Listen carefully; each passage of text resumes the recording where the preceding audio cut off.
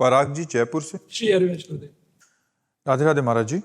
गुरुदेव, अभी तक तो मन को बार बार खींच कर वापस मंत्र में लाने का प्रयास चल रहा है और कभी कभी व्यक्ति वस्तु स्थान में गुरु इष्ट को देखने का असफल प्रयास होता है। गुरुदेव, ये खींचतान बहुत विचलित कर रही है मन की इस दशा के ये चलता है, ये महाभारत चलेगा ये महाभारत चलेगा।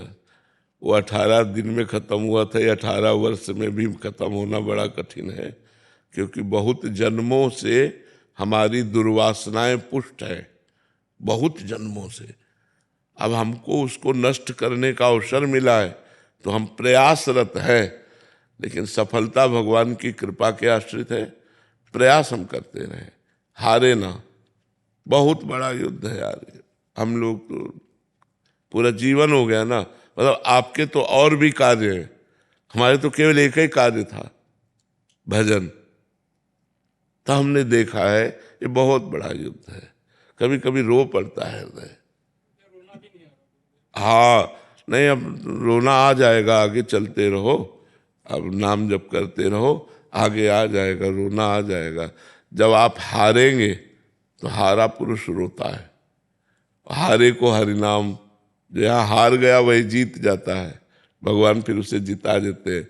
जैसे फुटबॉल का खिलाड़ी है ना, बॉल का ऐसे मारता है ना तो नीचे जाता है ना, वो नीचे नहीं जाता है, वो लक्ष्य तक पहुंचने के लिए थपाक मारी, जो ही नीचे गया सो ही मारा, ऐसे वो गोल पे पहुंच गया पहुंच गया ना। तो ऐसे ही जो भगवान का शरणागत है तो लगा कि नीचे गिरा, लेकिन नीचे नहीं गिरा, भगवान ने मारा उससे ऊपर, जो नीचे गिरते गिरते कि वो लक्ष्य पे पहुंच गया, वो गोल पे पहुंच गया। इसलिए हमें हारना तो पड़ेगा एक बार, क्योंकि अहंकार नष्ट होगा। जब मैं थक जाऊंगा ये सब करते करते, तब रोना आ जाएगा कि प्रभु मैं हार गया हूं। जैसे तुलसीदास जी कह रहे हैं, हौ हार्यो करि जतन विविध विधि, अतिशय प्रबल अजय, तुलसीदास बस होए तबई, जब प्रभु पेरक बरजय। हे प्रभु, आप ही इस मन की डोरी हाथ में लिए हुए हो, आप रोक दो। हमने तो हर उपाय करके देख लिया, ये नहीं रुक रहा नाथ, ये बार बार गंदे विषयों में जाता है। प्रभु आप रोक लो, आप बचा लो मुझे विषयों से। तो फिर भगवान की कृपा हुई। वही तुलसीदास जी लिख रहे हैं, जाकी कृपा लवलेस ते, मतिमंद तुलसी दास हूँ, पायो परम विश्राम, राम समान प्रभु नाही कहूँ। जिसकी लवलेस कृपा मात्र से मंदमति तुलसीदास परम विश्राम को प्राप्त हो गया, ऐसे प्रभु के समान कोई नहीं है, अद्वितीय है प्रभु। तो हम ये जो लड़ रहे हैं अपने मन से, ये प्रभु देख रहे हैं, और इसी बात का हमें इनाम मिलेगा कि प्रभु हम पर रीझ करके जिता देंगे हमको। नहीं, मन पर विजय प्राप्त करना बहुत कठिन है, बहुत कठिन है।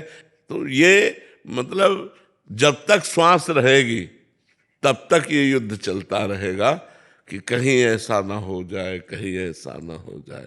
और इस राह में कोई साथी नहीं मिलता, कोई साथी नहीं है इस राह में, कोई साथी नहीं है। चल चला चल राह में, अनुभूतियों का ले सहारा, कौन तेरा साथ देगा, व्यर्थ में किसको पुकारा।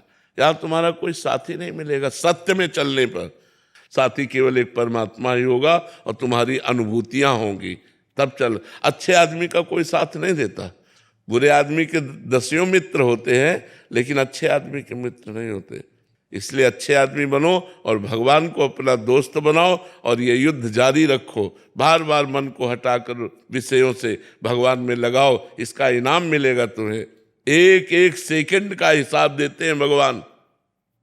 ये जो आप जल रहे हो, आप लड़ रहे हो मन से, इसका इनाम मिलेगा। आप निहाल हो जाओगे, आप आनंद मगन हो जाओगे। जितना भजन कर लिया इतने में ही मगन हो जाओगे। चिंता मत करो, ये व्यर्थ नहीं जा रहा। ये आपकी लड़ाई, आपका भजन, आपकी भगवान के प्रति जो चेष्टा है, एक एक सेकंड की लिखी जा रही, ये व्यर्थ नहीं जाएगी। पक्का समझ लो, हमारी बात पर विश्वास रखो और लड़ते रहो, जीत जाओगे। महाराज जी, ये सब साधकों का ही प्रश्न है जो आप इस विषय पे चर्चा कर रहे हैं। तो महाराज जी, इस यात्रा में जैसे इनिशियल जो प्रारंभ हुई तो जलन बहुत ज्यादा होती है, तो इसके क्रम में धीरे धीरे कम होना शुरू हो जाती है। हाँ, और धीरे धीरे पता लगता हाँ, है क्या हाँ, महाराज जी, इसका हाँ, सोपान हाँ, क्या है महाराज जी? जैसे मन कह रहा है कि हम ये विषय भोगे, बहुत जोर से कह रहा है। अब वो इतना कह रहा है कि अब भजन की तरफ लग ही नहीं रहा, केवल वो विषय भोग की तरफ रहे। अब हमको उसे विषय भोग नहीं देना। राधा राधा राधा, वो पागल सा बना देगा कि अब वो चाहिए ही।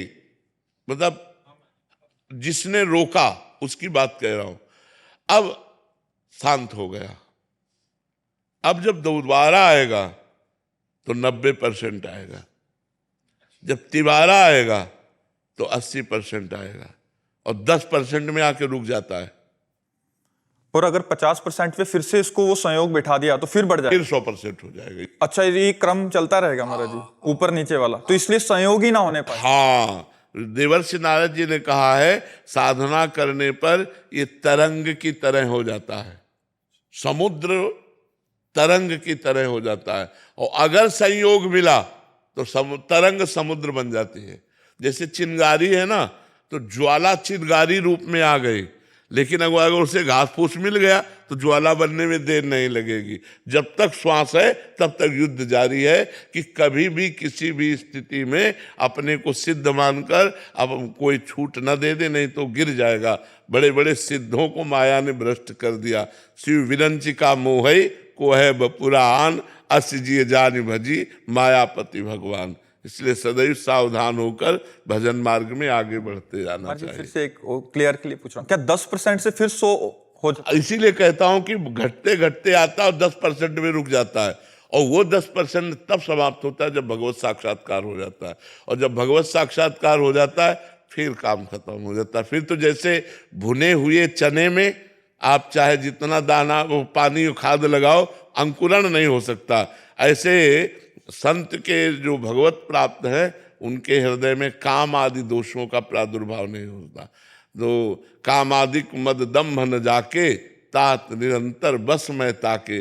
भगवान कहते हैं जिसके काम नहीं है, अहंकार नहीं है, दम्भ नहीं है, ऐसे संतों के मैं अधीन होता हूँ।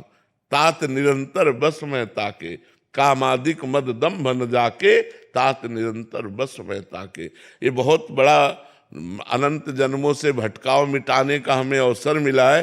ये लड़ाई लड़ रहे हो ना, आपकी लिफ्ट चल रही है, आप फ्लोर पर फ्लोर लांघते चले जा रहे हैं, आपको पता नहीं है, आपकी आध्यात्मिक भूमिका बढ़ रही है।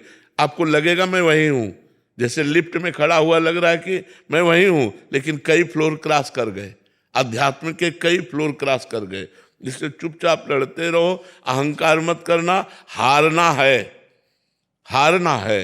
अंदर से जब हार जाओगे ना, जब अंदर से हार जाता है साधक, तो एक ही बात आती, रोना। अब वो रोना विरह बन जाता है, वही भगवान के मिलन का हेतु हो जाता है। जब करते करते भजन करते करते और देख रहे वही विषय, वही गंदगी, वही, वो तो हार जाता है, रोता है, हे प्रभु अब क्या करूं, कौन सा साधन करूं, कैसे निपटे। वही कृपा उसको संभाल लेती है, आसपास से कृपा घेर लेती है, कवच कर लेती है और उसको निकाल देती है। जब तक साधना का अहंकार रहता है तब तक भगवत साक्षात्कार नहीं होता। जब साधना का भी अहंकार मिट जाता है, अपना अस्तित्व मिट जाता है, तब भगवत साक्षात्कार होता है। कृपा, बिल्कुल बिल्कुल कृपा ही है, ये भगवान की हेतु की कृपा है, ये छोटी मोटी बात नहीं। आप लड़ते रहिए और सब साधकों से विनय है, हारिएगा मत। इस विषय में ये मत हारिएगा कि मैं अब हार गया और भजन करना छोड़कर विषयों में चले गए। नहीं नहीं नहीं, ऐसा मत कीजिएगा। ये जीवन की बाजी है और जीतना ही जीतना है, क्योंकि भगवान हमारे साथ है। हारना अहंकार को है, जीतना हमें है। हम भगवान की शरणागति के बल से भगवान को जरूर प्राप्त करेंगे, ऐसा दृढ़ विश्वास होना। एक साधक आए थे, वो बहुत विकल होके कह रहे थे कि मैं हार गया और मेरे को अभी लग रहा है संसार ही चले जाऊं, तो ये गड़बड़ हो जाएगी ना महाराज जी? हम आपको एक घटना बताते हैं कि ये 20-25 वर्ष पहले की बात है कि एक साधक वृंदावन की दंडोती परिक्रमा लगाते थे, बहुत अच्छे साधक थे। गोरे पीले तगड़े हष्ट पुष्ट दंडोती परिक्रमा लगाते थे। नई अवस्था थी, तो वो जिस कपड़े पर लेट कर दंडोती परिक्रमा लगाते थे, एक जर्मनी की स्त्री जो लड़की थी वो देखकर प्रभावित हुई और उसने जर्मनी का नोट समर्पित किया। वो लगाते ही रहते थे दंडोती। तो उनका बाबा, एक भगत आई थी, उसने नोट दिया। अरे उनका बच्चों बच्चों बच्चों, अब अगली बार से उसको डांट देना, पैसा मत लेना, उसको खड़े मत होने देना। दूसरे दिन गए, वो तो रोज हम परिक्रमा लगाते थे रात्रि में 2 बजे से 2 बजे सूर्योदय होते होते सब हो जाता था।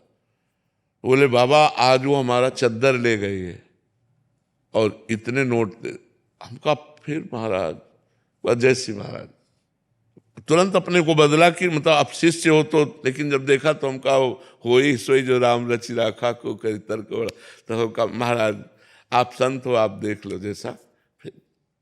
फिर महाराज कहानी आगे बढ़ती चली गई और उनकी दशा ही अलग हो गई। मतलब इतनी मित्रता हो गई कि अब उसने बाइक खरीद दी, बाइक में और घूमना खत्म दंडोती परिक्रमा। तो ये क्या माया क्या करती है कि जैसे हम लोग भगवत मार्ग में लगे तो दाने डालती है, क्योंकि हमारी कमजोरी पता है ना उसको कि इसको ये पसंद है, इसको ये पसंद है, अंदर आई है वो बैठी, मनई में तो बैठी है, तो वही चीज हमें देगी, वही संयोग कराएगी। अब हमको लगता है कि भगवान तो कल भी मिल सकते हैं, बस ये बात हो जाती है, हम भूल कर जाते हैं। हमें लगता है आज हम ये खा लेते हैं, कल भगवान तो मिल ही जाएंगे। और भोग इतने मनोहर लगते हैं, इतने सुंदर लगते हैं, इतने प्रिय लगते हैं कि हम भगवान को छोड़ देते हैं और भोगों में भ्रष्ट हो जाते हैं। ये मतलब 1-2 की कहानी नहीं है, ये लाखों चलने वालों को मार के गिरा दिया माया ने। कोई बिरला गुरु कृपा पात्र ऐसा है जो इससे बाहर निकल पावे, नहीं तो बहुत विचित्र है, बहुत विचित्र। भगवान अतिशय प्रबल देव तो माया, छूटे ही राम करो जब दाया। वही कृपा करे तो वही निकला जा सकता है। कृपा करें गुरु। हाँ बिल्कुल।